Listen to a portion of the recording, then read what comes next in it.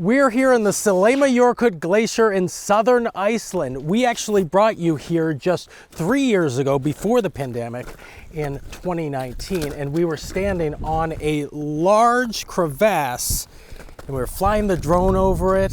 This year is a feature that's been here for at least 10 years. How long until this is in the ocean? This will probably be gone, most of it probably in 1 or 2 years.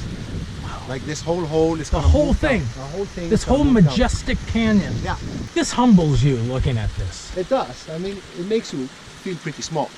But because of the melt that's going on here in the Arctic regions, we don't have that crevasse anymore. It has actually moved towards that lake over there, and all this water has pushed out into the ocean.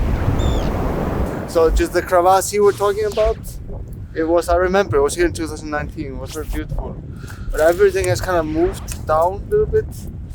And the terrain here in front of the glacier has changed so much, it hasn't really disappeared, it just moved to a different location. Thorlakr Ingolfsson and his friends have been hiking this glacier for decades. They are eyewitnesses to the meltdown happening faster each year. NASA actually measures the melt from space using a pair of gravity monitors called GRACE. But we have a very primitive way of measuring it. You see the two metal pins sticking out from the ice right in front of us? These are studies that are done by geology students in the University of Iceland. So they come here, basically just a wire that they melt into the ice. Then they mark where the ice meets the wire. And then they leave it, and then they come back maybe a week or 2 weeks later, and then they just measure the distance between each marking. I would guess this is about 9 to 10 meters.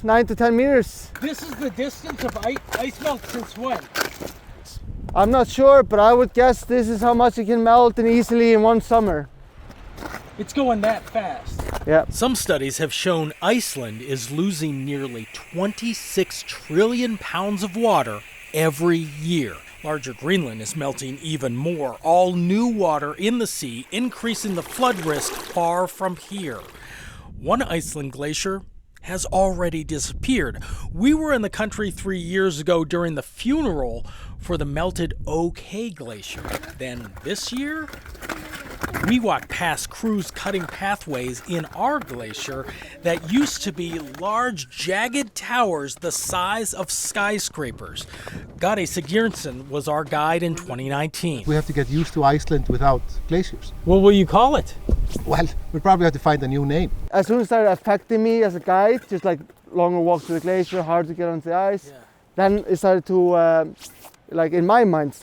trigger something in my mind. This is all why I brought my kids to the glacier. Thorlakr, our guide, has a toddler at home. Some scientists say this glacier is going to be gone within the next 200 years. If you just put it into perspective of human life, it's not such a long time, 200 years. My grandchildren will be alive when this glacier is gone. So that's puts it into perspective, I think. It is still an incredible sight to see here and tells you the truth of how the world is truly connected through one ocean. On the Selema Glacier in southern Iceland, I'm Dave Malkoff, the Weather Channel.